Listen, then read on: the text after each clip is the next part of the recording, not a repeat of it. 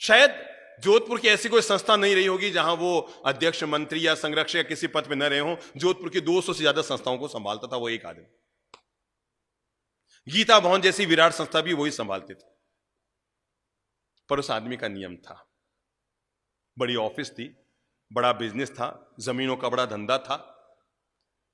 Meeting में बैठा है कि कार्यक्रम में बैठा है कि ऑफिस में बैठा है कि कहीं भी बैठा है, जैसे ही 12:15 बजती वहां से खड़ा हो जाता। मंच पर बैठा है तो भी नियम क्या था, 12:35 पर वो, उनकी धर्मपत्नी, उनका बेटा और उनकी धर्मपत्नी यानी बहुरानी, ये चारों लोग जीवन भर हमेशा एक थाली में बैठ के उन्होंने खाना खाया। उन्होंने अपने बेटे से कह रखा था, बेटा उतना ही बिजनेस फैलाना, उतना ही काम फैलाना, उतना ही आगे बढ़ना कि 12:15 बजे से 12:30 के बीच अपन सभी लोग घर पे आ जाएं। और उन्होंने जीवन भर तक एक थाली में बैठकर अपने बेटे के साथ खाना खाया। जैसे ही 12:15 बजती, ऑफिस शटर नीचे, कोई व्यक्ति आया, साहब मुझे 12 लाख रुपए देने हैं, 3 बजे आना, वापस धंधे की शुरुआत करूंगा। 12 से 3 छुट्टी।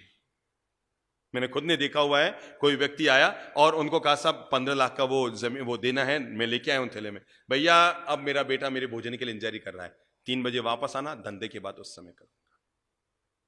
हम फैसला करें, हम जीने के लिए कमा रहे हैं या कमाने के लिए जी रहे हैं, निर्णय कर लो।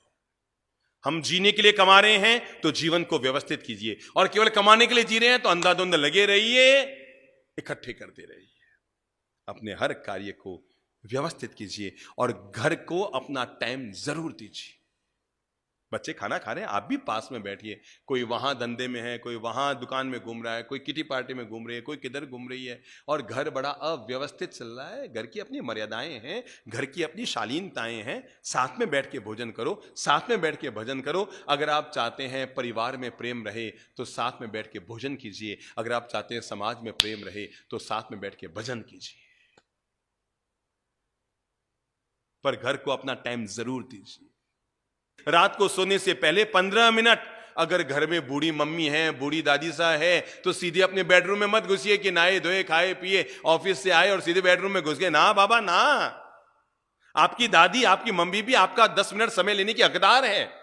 आप अपने बेडरूम में बाद में जाइए, पहले 10 मिनट उनके पास जाके बैठिए। दादी साहब कैसे हो, मम्मी जी कैसे हो, हालत ये है। वो तो बेचारी तुम्हें आते जाते देख देख कर केवल मन को खुश करती है, 2 मिनट पास में बैठ नहीं पाते। आपको खुद को नहीं पता कि अभी मम्मी के कौन सा दर्द है या नहीं है, वो मुंह से बोल नहीं रही कि आपको तकलीफ ना हो, और आपको पूछने का समय नहीं। इन्वेस्ट कीजिए, टाइम का इन्वेस्ट, और अपने मम्मी, बूढ़ी मम्मी के पास जाके बैठिए, बूढ़ी दादी के पास बैठे जाके, कैसे है दादी साहब, मम्मी जी कैसे हो, 2 मिनट पांव दबा दें।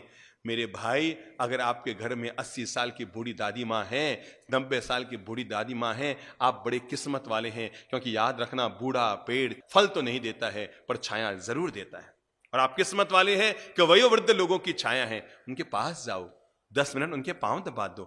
घर में खरा घी है ना, शुद्ध घी है ना, थोड़ा घी निकाला, बहुओं से कहूंगा थोड़ा सा घर का घी लिया, दादी सा के पांव में जाकर धीरे धीरे धीरे धीरे यूं यूं मालिश कर दो। मैं सच कहता हूं, आप तो 5 मिनट उनके पांव में मालिश करेंगे, वो 5 घंटे तक रात भर आपको दुआएं देते रहेंगे।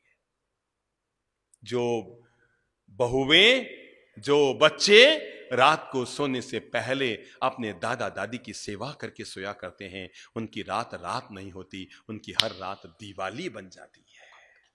जो रात को सोने से पहले घर की दादी सा अगर हैं, आप पत्नी को 8 घंटे देते हैं, धंधे को 8 घंटे देते हैं, बच्चों को 2 घंटे देते हैं, समाज में 4 घंटे गप्पे मारने में देते हैं, क्या आप में यह जागृति नहीं? जिस मां ने जन्म दिया, जिस पिता ने पूरा जीवन दिया, 15 मिनट उनके पास जाकर उनके सुख दुख का भी पूछो, जरूर दीजिए। मैं कहूंगा, बड़े बुजुर्गों को आपसे कुछ नहीं चाहिए, केवल आपके टाइम का इन्वेस्ट चाहिए, और अपना 15 मिनट 20 मिनट शांति से जाकर उनके पास बैठो। मम्मी जी कोई सलाह, मम्मी जी कोई काम काज कुछ लेकर आना है, मम्मी जी घर में सब ठीक है ना, आपका भोजन पानी व्यवस्था। 24 घंटे में एक बार बड़े बुजुर्गों के साथ बैठ के खाना खाइए, ताकि आपको पता लगे कि आपकी दादी माँ क्या खा रही है, उनको क्या खाने को मिल रहा है। मैं कई अमीर घरों में गया हूं जहां पर उनके अभिभावक मुझे कान में कहते हैं, बाप जी हमारे बेटे ने समझाओ नहीं, बाप जी भोजन तो कम से कम सुख से दे।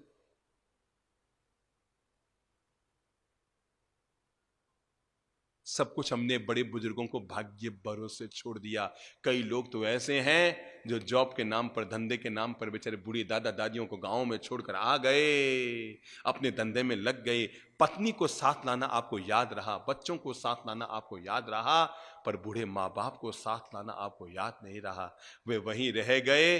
जब उनका स्वर्गवास हुआ तब आप गांव में गए और जाकर के फिर आपने 800 लोगों का खाना रखा पूरे गांव का। जिस दादी माँ को आपने सुख से कभी कड़ी खिचड़ी भी उनको नहीं खिलाई थी, कभी आटे का हलवा भी सुख से बना के बूढ़ी दादी साहब को आपने नहीं खिलाया था, भगवान के भरोसे अकेले गांव में छोड़कर आए। और जब वो राम राम सत्य हो गई, गोलोकवासी हो गई, जब उसका स्वर्गवास हो गया, आप गए अपने परिवार को लेकर, गांव का जीवन किया, 1000 लोगों का खाना किया, 3 मिठाई बनाई, ये बनाई वो बनाई, पूरे गांव का जीवन किया, एक बड़ी तस्वीर बनाई है।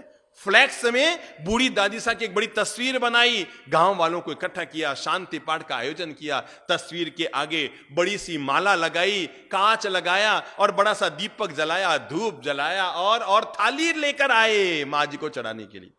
जिस मां को कभी सुख से खिचड़ी खाने को न मिली थी, उस मां के आगे क्या लेकर आए? 4 मिठाइयों से भरी हुई थाली लेकर आए। आपको पता है, तब वो तस्वीर में बैठी हुई मां सोचती है, इस तस्वीर को फाड़कर बाहर निकलूं और मारूं 2 जूत कि जिंदी थी तो सुख से खिचड़ी न खिलाई और ये 4 मिठाइयों का नाटक कर रहा है। मेरे भाई, घर के अभिभावकों को संभालना आपकी जवाबदारी है। और अगर आप इससे अपना मुंह मोड़ते हैं, आप ये मत सोचना आप उनका वर्तमान बिगाड़ रहे हैं। सच्चाई तो ये है, आप अपना भविष्य बिगाड़ रहे हैं, आप अपना बूढ़ापा बिगाड़ रहे हैं। आज उनका है और कल और कल और कल आपका है। जो आज आप कर रहे हैं वो बीज बो रहे हैं, और जो कल आपको मिलेगा वो आपके बोए हुए बीजों का भी फल आपको मिलेगा।